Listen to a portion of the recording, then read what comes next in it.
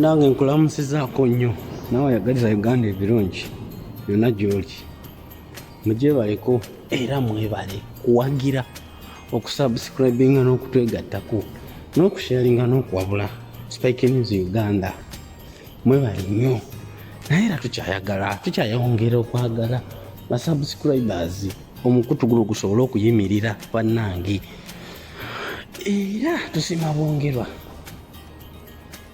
Era tujja kukomawo twebaze nga tweyongedde mpaka kakati olwaleero kano kathufu omusajja Omunigeria gwe bayita Prophet Primate Ayodele, ndowooza abasinga mumanyi.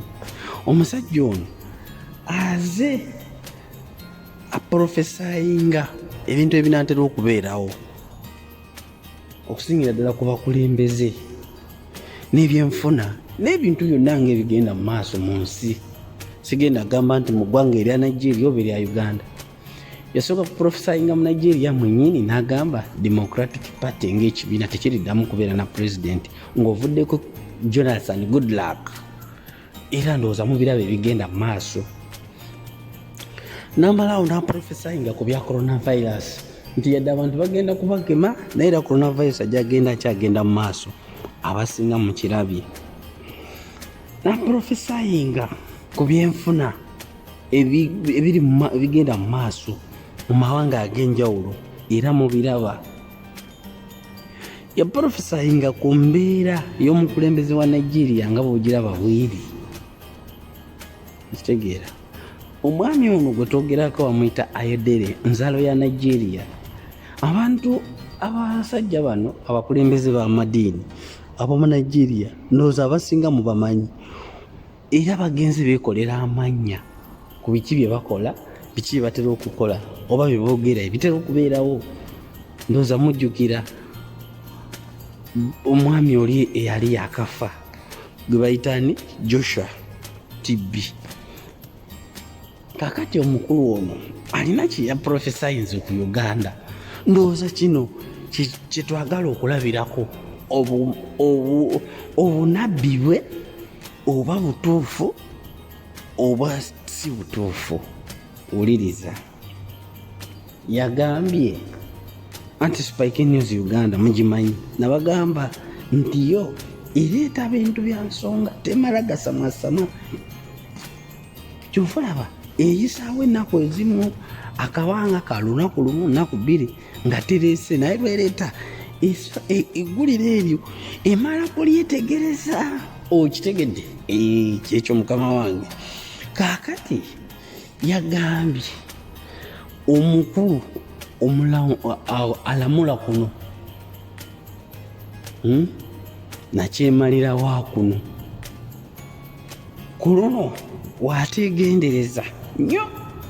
Omanyi akoze abantu ab'amawanga ag'enjawulo ebikolobero bingi era amanyikiddwa ku lw'ebikolobero byazaakola ku bantu, kubanga ye omwami ono olw'okulowooza nti ye mukulembeze alina okusembayo, alinga eyasooka oba alinga eyazaala Uganda, kuba buli kimu ekiri mu Uganda akiyita kikye, nga bw'alina obuyinza ku bannayuganda okugenda nga atta gw'alabye gw'asanze, ogenda ng'anyaga byasanze, nga bw'amulaba buli kyakola ng'akola kyakwebuzaabuza. Amazeemu abaana b'Abannayuganda okugenda ng'abatta n'okutattana buli kimu, okutta erinnya lya Uganda. Uganda yali ensi ey'emirembe, abazungu bagiyitako ne Pearl of Africa. Ono ye alifudde eddwaniro.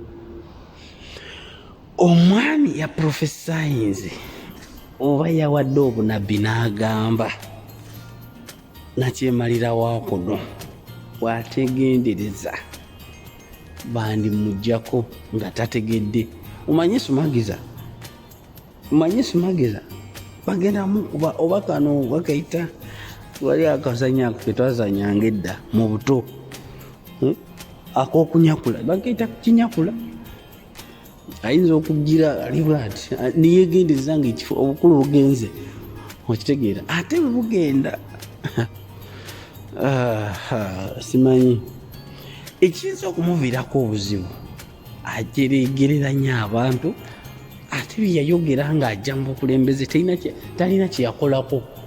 Buli kimu yakola kyakuwuddisa. Ekisooka yalimba abantu tyagenda kuzaawo obukulembeze bw'ennono. Jjukira Uganda okuva bwe yazaalibwa ebadde etambulira ku bukulembeze bwa nnono, era tewaali bakulembeze baali batta bantu oba abantu baali tebafa kiyononero nga bwe kiri kati. Uganda yali etambulira ku bafuzi banono, kingdomship, chiefdom. Uganda bwe yali ono omwami bwe yajja n'awamba obuyinza bwonna, akola kimu, bw'awulira amuwakanya oyo ng'afa, oyo ng'amutta. Omanyi ate Bannayuganda mu ngeri ez'enjawulo omusajja ono kati takoma ku kyabomu nga bwe mukiraba ennaku zino, naye agaba n'obutwa. Bayinza n'okutega accident, mwalaba byakola Galanga. Bayinza okukuba amasasi, mulaba byakola Abasiraamu. Bayinza okutomera n'emmotoka, mulaba kye bakola ono. Simanyi kyeyune, simanyi Frank, abo abawagizi ba people power. Obutwa bayinza okunona mu ddwaliro oba okukulemesa okusasula eddwaliro n'ofiira eyo. Mwalaba ebyatuuka ku muzaata. Kitegeera kati as a generation nga nnya mu maaso abaana balemesezza okusoma, yalowooza nti bw'akola ebyo byonna ajja kusigala nga mukulembeze n'abaana be n'abazzukulu nga bwazakyogera nga talimu nakuswala nti ye akolera abaana be n'abazzukulu. Kitegeera taswala. Omusajja yamulangiriddeko n'amugamba amagye gennyini, omanyi alowooza mbu mu magye mutabani we amagye gonna gamumatira ekyokwewuudiisa. Amagye ge gayinza okuvaako omuntu agenda okumulukira olukwe olugenda okumunyakulako obukulembeze ate taliddamu kutegeera. Kitegeera omukulu bwe yakoze ki, bwe yawadde obunabbi. Kati ffe katulinde tulabe ekinaakola ki, ekinaava mu y'ebiraka. Omanyi omukulu ono gwe bayita Ayodele era yaprofesayingako ebintu bingi ebize bibeerawo. Lwakuba waliwo n'ekirala kye yagamba kyesimanyi bamwakiwulirako. Omanyi Libya bali mu kiseera kyakwetegekera kulonda mukulembeze anaddako. Omanyi Gaddafi yalina kyemalira, banakyemalira abasinga bakolera nnyo amawanga ge bakoleramu obwanakyemalira okulaakulana, ekitali kuno owaffe wa Uganda. Simanyi oba obwongo bwe buli muki. Omuntu oba oyagala obire nakyemalira okulembera abantu nga tebakufaako, provide the basics of life. Nze banakyemalira bensinza okulaba ku lukalu lwa Africa ne Bulaaya. Asooka n'akola ebintu n'agamba amalwaliro obujjanjabi bwe buli, ng'ate ogenda mu ddwaliro obujjanjabi gye buli. Ono bwe yatuuka yasooka kutunda mulago. Basics. Abasajja bali balowooza nti baali tebasoma baamiini, baavuma bulijjo. Amasanyalaze gaali layisi mu Uganda nga neddamu ezo zagenda agamba abantu teziriiwo. Ezo yasooka n'aziwa mutabani we abbidde okwa Bannayuganda okubamala okubaguluza. Amazzi Katonda ge yatonda n'abo ensi eno gaali kumpi ga layisi bwereere, yagatwala n'agawa muwala we. Ndowooza mulaba emivuyo egiri mu ggwanga. Ebyenjigiriza Makerere University, abakulembeze ab'ensi ez'enjawulo eziriraanye wano mu Africa ne Uganda we baali basomera, we yatuuka agitaddemu obuvuyo agyokyeeza kumpi kugimalawo n'ettaka ayagala kulitwala. Ebyentambula byali bya layisi. Teri atajjukira Uganda Railway, teri atajjukira UTC, teri atajjukira Posta, teri atajjukira Uganda Telecom. Bwe yatuuka ebyo byasooka okwonoona teri kikyalabika. Okitegeera kati omuntu omuggyeko basics, kubanga teri muntu asobola kubeerawo nga tatambula. Mulaba emigendo gy'amafuta, balowooza abantu wana abasiba mu ngeri bweti ajja kusigala ng'afuga. Ye Katonda aba agambye nti ogenda oba olina okugenda. Uganda yalina ebintu ebyo. Abazungu baali bategekera Uganda ng'erina ebifo ebyokuwaamu abaana abato Abannayuganda emirimu.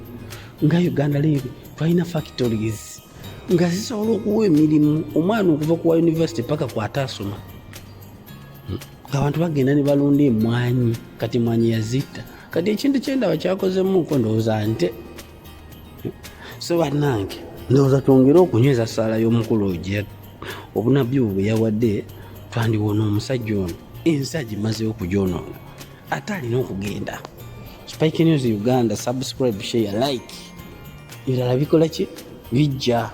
Mukama batukuumire nga batusabira eggwanga lyaffe okwegobako olunabi lw'omusajja ono eyajja okusaanyaawo ensi yaffe yali ey'emirembe.